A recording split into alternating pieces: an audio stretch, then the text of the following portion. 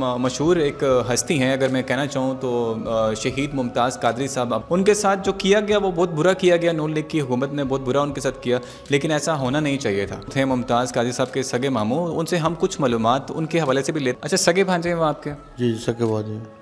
تو جب ان کے حوالے سے جب فیصلہ سنایا گیا تو اس وقت آپ نے کوئی رد و عمل تو پیش کیا ہوگا؟ ظاہر سی بات ہے، آپ کے ساتھ پوری مسلم کمیونٹی تھی. مسلم کمیونٹی تھی، مولوی تھے، سارا کچھ تو ہائی کورٹ تک کیس گیا ان کا، سارا کچھ ہوا ہے.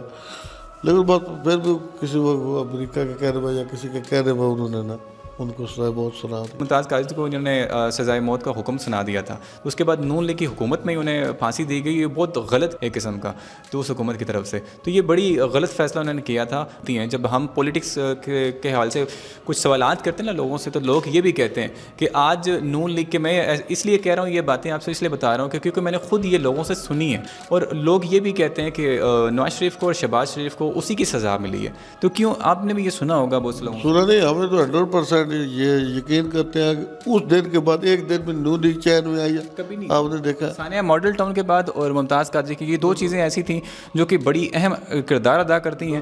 اور مسلمانوں کے سامنے ایک چیز ہے کہ اللہ کہتا ہے نا کہ اللہ، وہ اکثر آپ نے سنا ہوگا ایک محاورہ لوگ کہتے ہیں کہ اللہ ڈنڈا نہیں مارتا. تو یہ ایک ایسی چیز ہے کہ واقعی نظر آتا ہے انسان کو کہ جو غلط کر رہے ہیں نا، اسلامی نظریے کے حوالے سے جو غلط قدم اٹھا رہے ہوتے ہیں ان کو دنیا میں ہی اس کی سزا مل جاتی ہے. بالکل ایسی ہے نا. آج وہ یہ ہے کہ بہت سے لوگوں کا یہ کہنا ہے کہ صرف اسی وجہ سے ذیل و خوار ہو رہے ہیں.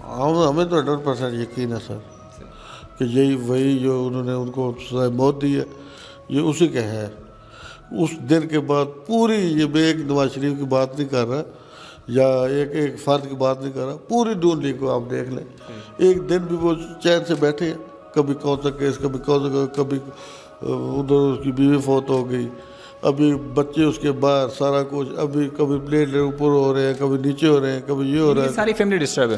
یہ میں آپ کو اس لیے یہ بات بتا رہا ہوں، ناظرین کو میں اس لیے یہ بات بتا رہا ہوں کہ ہمارا کام ہے سوالات جوابات کرنا.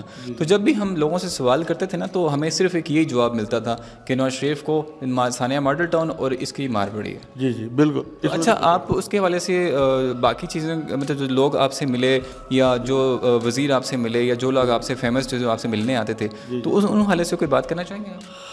سر وہ سب سیاسی رنگ چلا جائے گا، اس حوالے سے تو میں کوئی بات نہیں کرنا چاہوں گا.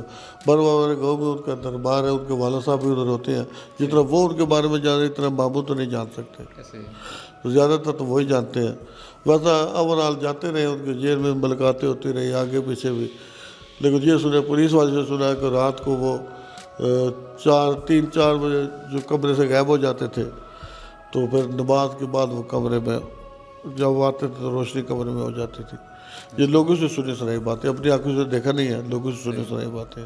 تو انشاءاللہ ناظرین، آپ کو کبھی ہم وہاں بھی ہم لوگ جائیں گے تو یہی سوچ ہے ہماری کہ اس کو آگے لے کے چلیں، اس رپورٹ کو بھی تھوڑا سا اور کے والد سے بھی ملیں اور باقی ان کی فیملی ان سے بھی ملیں اور ان سے ہم باقی چیزیں بھی پوچھیں، کیونکہ جو وہ چیزیں فیملی کے ممبرز جانتے ہیں وہ ظاہر سی بات ہے کوئی اور نہیں جان سکتا. سامنا ہاشمی، پاک ٹی 24 اسلام آباد.